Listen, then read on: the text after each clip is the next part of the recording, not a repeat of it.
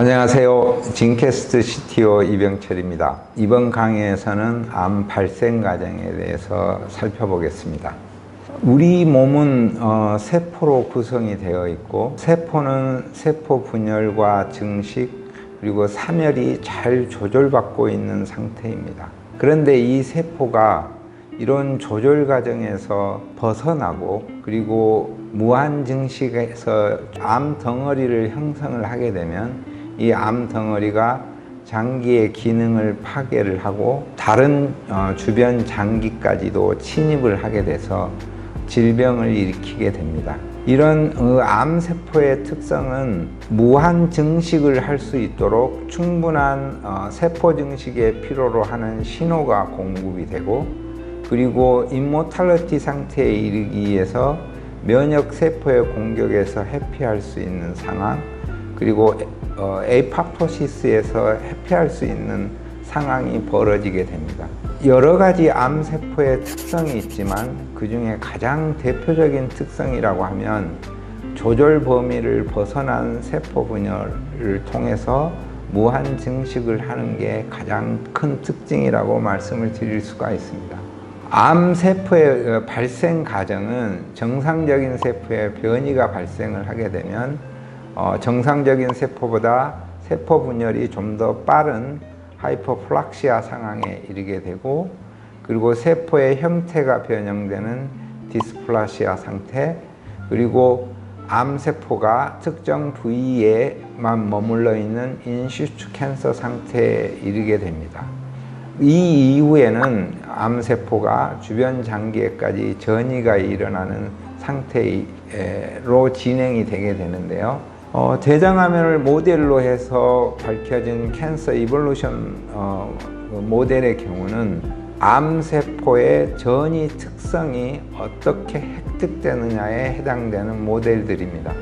이 모델들은 한 5가지 정도가 알려져 있는데요. 유전자 변이가 리니어하게 일어나서 메타스태틱한 성질을 가지게 되는 암세포로 진화한다는 것과, 두 번째는 암세포가 발생한 이후에 특정한 시점에서 유전체의 불안정성이 벌어지고 이 상태에서 다양한 종류의 변이가 발생하고 그 중에 암 전이가 될 수 있는 특성을 가진 그런 클론이 선별이 되고 안정화돼서 암 전이 세포가 만들어진다는 그런 가설, 그리고 서로 다른 병변을 가지고 있는 두 세포가 협력해서 전이가 일어난다는 그런 가설도 있습니다. 그리고 여러 개의 암세포 중에서 전이성을 가진 그런 클론이 선별된다는 그런 가설도 있고요. 애초부터 전이 특이적인 유전자의 변이를 통해서 암이 전이되는 특성을 얻게 된다는 그런 이론도 있습니다. 어쨌든 이런 모든 가설의 중심에는 유전자 돌연변이가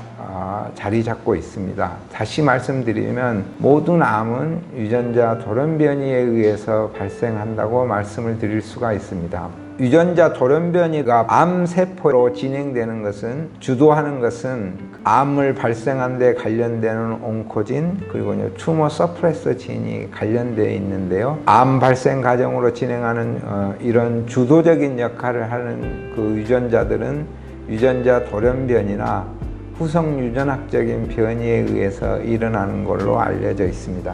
암 발생 과정을 시간적으로 살펴보면요, 암세포가 더블링하는 데는 90일 정도가 걸린다고 알려져 있는데, 여기에는 세포가 분열해서 죽게 되는 셀로스 팩터가 96% 정도 되는 걸로 알려져 있고, 프로리포레이션 레벨은 15% 정도 되는 것으로 이론적으로 계산이 됩니다.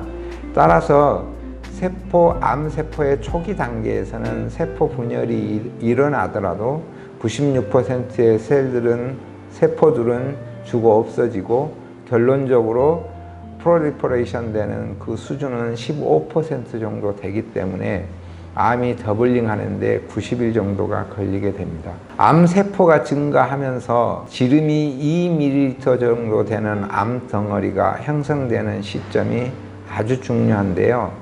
이때는 암세포가 약 400만 개 정도 모여 있는 상태입니다. 이 상태에서 혈관이 연결되지 않으면 암은 계속해서 잠복기 상태로 유지를 하게 되고, 혈관이 연결이 돼서 영양이 충분히 공급되게 되면 암세포의 성장은 빨라지게 되고, 그리고 암 발생이 급격하게 진행되게 됩니다. 암 발생에 해당되는 것은 조직이나 사람에 따라서 시간이 매우 편차가 심한 편입니다. 즉 하이퍼플락시아에서 캔서까지 가는 데는 보통 5년에서 20년 정도 걸리는 걸로 알려져 있습니다. 우리가 잘 알고 있는 대장암의 용종의 경우는 디스플라시아 상태로 생각을 할 수가 있는데, 이것도 사람에 따라서 5년에서 20년 정도 편차가 매우 심한 편입니다. 암 종류별로 각각 그 시간적 편차가 다른다는 것은 공통적인 얘기지만, 암이 발생하는 과정에서 일어나는 몇 가지 특성들은 암 종류에 상관없이 공통적으로 벌어집니다.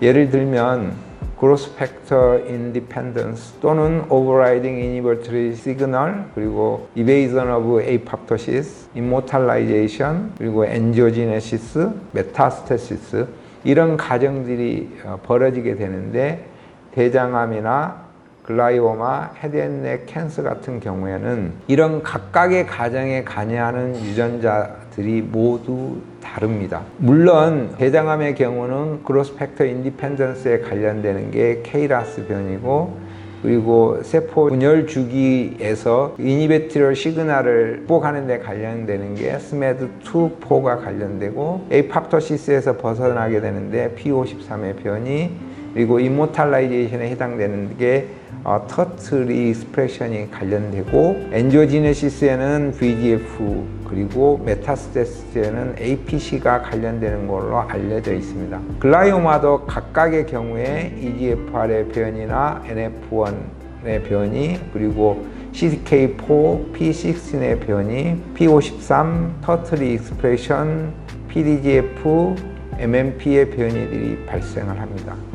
이걸 살펴보면은 공통적인 유전자가 각각 다른 조직에서 발생하는 암에 관여하는 것을 우리가 알 수 있고, 또 다른 측면에서는 암 조직 특이적으로 관여하는 유전자가 다르다는 것도 알 수 있습니다. 이 부분이 공통적인 유전자가 관여되는 것에 주목할 수도 있고, 그리고 각 조직별로 다른 변이가 관여한다는 게 우리가 유전자 변이를 통해서 암을 진단하는 아주 중요한 단서를 제공하기도 합니다. 또 다른 측면은 암 발생에 관련되는 유전자가 어느 시점에 관여하는지도 매우 중요한 문제가 될 겁니다.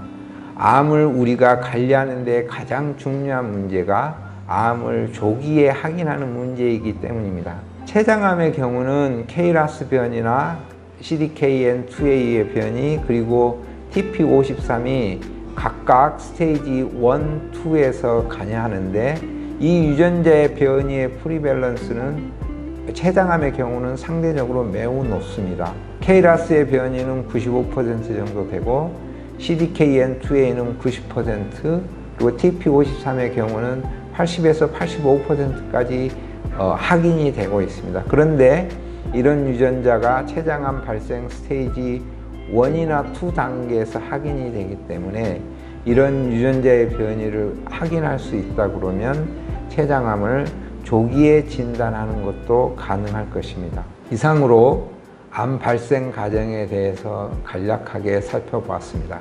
감사합니다.